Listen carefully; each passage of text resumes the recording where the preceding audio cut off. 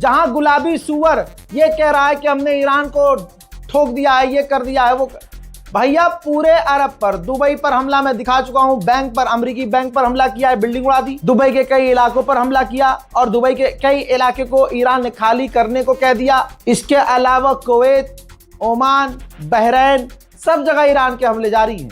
Iraq का दिखाता हूं, इराक के अंदर अमेरिका की जो ऑयल फैसिलिटी है ईरान ने बूम उड़ा दी है, देखिए।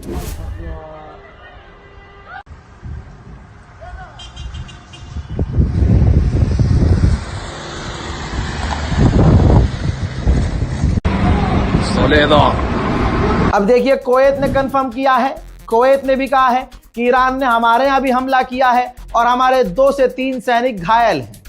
ठीक है जी, पूरी ताकत से ईरान हमला कर रहा है। तुम्हारे लिए ईरान हार गया होगा, हमारे लिए ईरान अगर यह हार भी जाएगा ना जंग तब भी जीता हुआ होगा, क्योंकि तुम्हारी हालत दुनिया देख रही है। अमेरिका ने इराक पर हुए इस खतरनाक हमले के बाद अपने लोगों से कह दिया है, इराक में जो आम लोग रह रहे हैं अमेरिकी और जो ऑफिशियल रह रहे हैं उनसे कह दिया है कि इराक छोड़ दो। दुबई में ही यूएई का काउंसलेट जो उड़ाया ईरान ने, दुबई के अंदर दुबई का काउंसलेट उड़ाया, उसका दूसरा वीडियो आ गया है, खौफनाक, देखिए।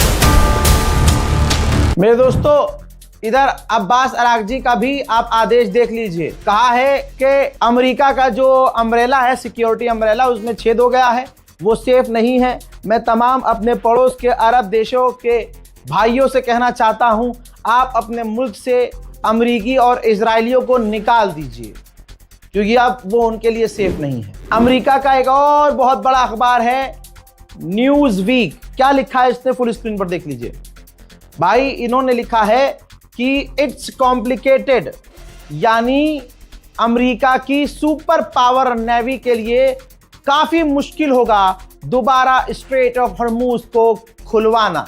यही वजह है कि डोनाल्ड ट्रंप ने पूरी दुनिया की नेवी से भीख मांगी है। अमेरिका और इजराइल कह रहे हैं कि हमने ईरान की तमाम ताकतों को खत्म कर दिया है, लेकिन फिर ये क्या है, इजराइल ने कहा है कि हमारे फाइटर जेट को कई बार ईरान ने गिराने की कोशिश की है, लेकिन अभी भी हमारे फाइटर जेट सही सलामत हैं। तो अगर सामने वाला कोशिश कर रहा है, यानी अगर वो गोली चला रहा है, तो सालों उनके पास गोली है ना, फिर तुम कैसे कह रहे हो कि ईरान हार गया है, हमने उसकी डिफेंस कैपेबिलिटी, उनके अटैक कैपेबिलिटी खत्म कर दी है। अरे भैया, वो ईरान है, हैदर के लाल हैं, और तुम यहूदी हो। खैबर खैबर या सही, सुना, तुम्हारी माओ ने तुमको याद नहीं दिलाया, हम तुम्हें याद दिलाएंगे। CNN ने क्या लिखा है, दुनिया का सबसे बड़ा न्यूज चैनल, क्या लिख रहा है, ये रहा। CNN ने लिखा है कि ट्रंप ने यह प्लान किया था कि वो वेनेजुएला की तरह ईरान पर हमला करेगा और ईरान की रिजीम गिरा देगा, अपनी गुलाम पिट्ठू को वहां सरकार बनाएगा, सुप्रीम लीडर बनाएगा और इस तरह से ईरान को वो कंट्रोल कर लेगा।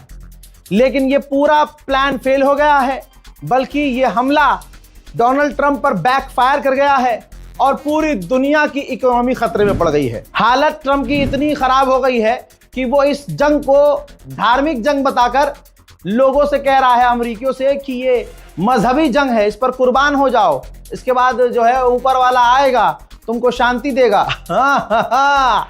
CNN ने लिखा है कि अमेरिकियों से ट्रंप कह रहा है कि इस जंग में कुर्बान हो जाओ, जबकि वो खुद, अमेरिकी खुद ये जंग नहीं चाहते। मजा आ जाएगा दोस्तों, दुआएं दीजिएगा, शेयर कीजिएगा इस वीडियो को। दोस्तों, ईरान के नेवल ऑफिसर, जो नेवी चीफ के कमांडर हैं, उन्होंने कहा, ये रही वीडियो, उन्होंने कहा कि अगर अमेरिका में जिगरा है तो पर्शियन गल्फ में आकर दिखाओ। भैया, ईरान बहुत खतरनाक खेल रहा है, एकदम छठे गियर में। अमेरिका ने कहा कि हमने ईरान का ड्रोन कैरियर डुबा दिया है। सैटेलाइट इमेज में हमने पता लगाया तो दिख रहा है कि अभी वो ड्रोन कैरियर डूबा नहीं है, पानी के ऊपर है और अभी भी तैर रहा है। मेरे दोस्तों, ईरान के पार्लियामेंट स्पीकर ने कहा है कि इस जंग से साबित हो गया है कि अमेरिका के जो बेस हैं रीजन में, आसपास इलाके में, वो किसी को नहीं बचा सकते, वो बेकार हैं, बल्कि वो एक खतरा है। अमेरिकियों की कुर्बानी जितनी भी है और अमेरिका जिनको कुर्बान कर रहा है, चाहे वो अरब देश हो चाहे कोई भी हो, वो सिर्फ इजराइल के लिए कर रहा है। और इजराइल खुद किसी और की फिक्र नहीं करता, ट्रंप को सिर्फ इजराइल की फिक्र है। आज अमेरिका ने जिसको कवर किया था, जिसको बचाने की बात की थी, जिसे कपड़े पहनाए थे, आज वो सब नंगे हो गए हैं। मेरे दोस्तों, उधर तुर्की के विदेश मंत्री ने फिर से कंफर्म किया है कि भाई ईरान से हमारी बात हो रही है। ईरान ने हमें फिर से कहा है कि हमारे यहाँ नेटो के बेस पर जो मिसाइल आई है वो हमने फायर नहीं की थी और ईरान जांच करने को तैयार है साथ मिलकर। ईरान हमारा भाई है, हम उनकी बात मान रहे हैं और सुन रहे हैं। वहीं इजराइल जो हमास और हिजबुल्लाह का बहाना बनाकर लेबनान में आतंकी हमले कर रहा है, वो जेनोसाइड है। और इन सबका बहाना बनाकर आड़ में उसने जो बैतुल मुकद्दस को बंद कर दिया है, यह काफी खतरनाक है। जी हाँ दोस्तों, इजराइल ने बैतुल मुकद्दस को बंद कर दिया है। मेरे दोस्तों, मैं बार बार क्यों कह रहा हूं कि जो अरब में बैठे हुए, यूएई में बैठे हुए, यहाँ से हिंदुस्तान से जाकर जो बहुत बड़ी मॉडल बनी हुई हैं, मेरी बहुत सारी जानकार भी हैं, यहाँ टिकटॉक बनाती थी, फिर अपने पति को तलाक देके दुबई चली गई और वहाँ जाके पाकिस्तान के बॉयफ्रेंड बना के, समझ रहे, पाकिस्तानी बॉयफ्रेंड बना के वहाँ वीडियो बना रही हैं दबा के। आप समझ गए होंगे, टैग कर दीजिएगा। भाई, इनकी औकात नहीं है कि आपको सच दिखाएं, औकात नहीं है। वहाँ की गवर्नमेंट डंडा करके मुंह से बाहर कर रही है। और वो जमजम वाले छमछम, दोनों छमछम जो हैं भाई, वो झूठ बेकार हैं। यूएई की जो प्रॉपर्टी वाला जो काम है भाई, रियल एस्टेट वाला, 30% डाउन है। सिर्फ छमछम थोड़ी ना वहां पर रियल एस्टेट का काम करते हैं, हमारे और कोई जानने वाले नहीं है क्या? ये अब दोनों पाकिस्तानी याजूज माजूज बस वही है दुनिया में जो दुबई में काम कर रहे हैं, बेवकूफ बना रहे हैं दुनिया का कि यहाँ सब कुछ सही है, देखो जहाज उड़ रहा है। अबे पौओ, काहे बेवकूफ बना रहे हो लोगों को? सच्चाई क्या है? अरब ने बहुत खतरनाक सख्ती कर दी है, बहुत खतरनाक, इतनी खतरनाक सख्ती है। देखिए, डेली मेल बर्तानिया का अखबार है, सबूत दिखा रहा हूं और इन पौओं को पहुंचा देना। ब्रिटेन के नागरिक को दुबई ने गिरफ्तार किया। क्यों? क्योंकि ईरान की जो मिसाइलें गिर रही थी, उस ब्रिटेन के नागरिक ने वीडियो बनाया और सोशल मीडिया पर पोस्ट कर दिया। ठीक, तो 60 साल के बर्तानिया के नागरिक को दुबई की पुलिस ने गिरफ्तार किया और कोर्ट में पेश कर दिया। कहा जा रहा है कि साइबर क्राइम के कई चार्जेस लगाकर दुबई की गवर्नमेंट अपने कानून के हिसाब से उस ब्रिटिश बुड्ढे को 2 साल की सजा सुना सकती है और बर्तानिया कुछ उखाड़ नहीं सकता। तो जब ब्रिटेन की गवर्नमेंट को अरब ने दिन में तारे दिखा दिए कि भैया हमारे कानून से ऊपर कुछ नहीं है, कह दिया ईरान के हमलों के वीडियो नहीं बनाने तो नहीं बनाने। ठीक, तो ये पाकिस्तानी वहाँ नचनिया मौजूद हैं और बहुत सारे लोग हैं जो ये दिन में, और यहाँ भारत के भी बहुत सारे हैं, वहाँ जाके ड्राइवरी कर रहे थे, बहुत बढ़िया ड्राइवरी कर रहे थे। अब ये जंग मिल गई उनको, तो उनको लगा कि व्यूज अच्छे आएंगे, अब वो बनाने लगे, लेकिन उनकी औकात नहीं थी कि सच दिखाएं। तो वो ऐसी जगह जा रहे थे जहां पर पूरा दुबई थोड़ी ना खतरे में है यार, सिर्फ उन जगहों पर खतरा है जहां अमरीकी बेस हैं। ठीक, जहां अमरीकी बैंक हैं, अमरीकी एजेंसियां हैं, वहां खतरा है। तो ड्राइवर जो है यहाँ से कफील की गाड़ी में बैठा हुआ, अकेला देखा कि कफील नहीं है तो वीडियो बना रहा है। गाइस यहाँ देखिए कुछ, अस्सलाम वालेकुम गाइस, यहाँ तक कि कुछ नहीं है, सब शांति है। गोदी मीडिया बेवकूफ़ बना रहा है, सब बेकार है।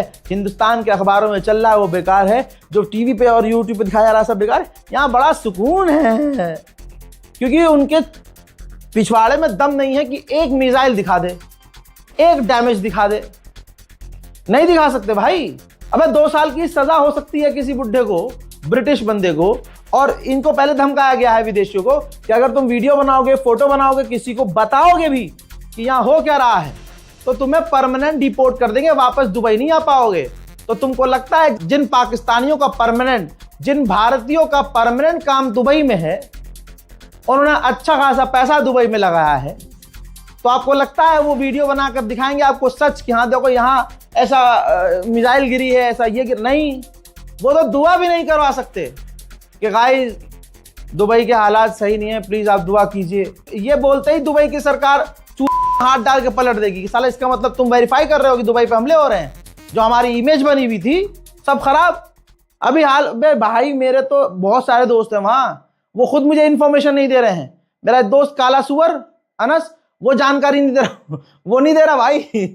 वो तो हमारे पत्रकार हैं अच्छे खासे, वो हमें जानकारी दी। मैंने मजाक मजाक में पूछ लिया, हाँ भाई सब सही है, अब तो अटैक नहीं हो रहा है। कह रहा भैया क्या बताऊं, फटी पड़ी है।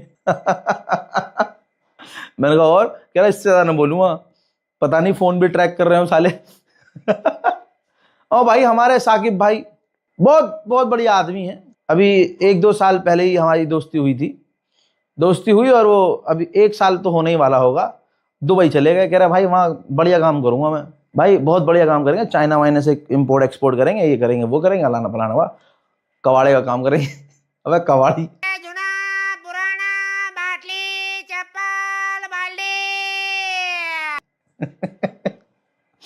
भैया दुबई में तो बहुत बढ़िया कबाड़ी का काम चलेगा साकिब भाई।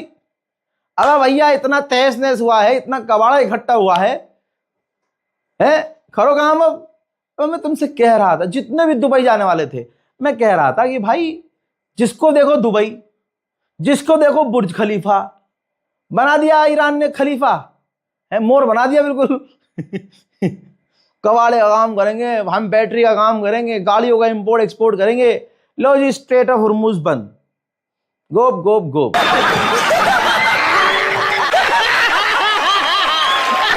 मेरे दोस्तों इस रिपोर्ट को शेयर कीजिए, दुबई में रहने वाले अपने साथियों को मैसेज दीजिए कि मौका मिले तो वापस आ जाओ, अपने वतन से बेहतर वतन कुछ नहीं है भाई। थोड़ा कम कमाओगे लेकिन माँ बाप के साथ तो रहोगे, उनकी बीमारी में जीने मरने में साथ तो रहोगे, अपनी पत्नी के साथ तो रहोगे। तुम वहां मजे मार रहे हो, पत्नी यहां मजे मार रही है, फिर कहते हो पत्नी धोखा दे रही है।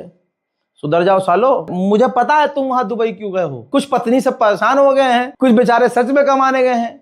जो पत्नी से परेशान होके गए हैं वो तो जानबूझ के गए हैं पत्नी से दूर रहें, मस्त रहें।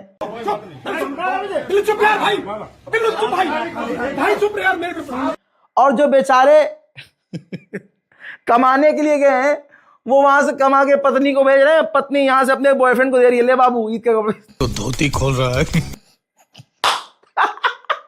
ईद के कपड़े सिलवा लियो बाबू।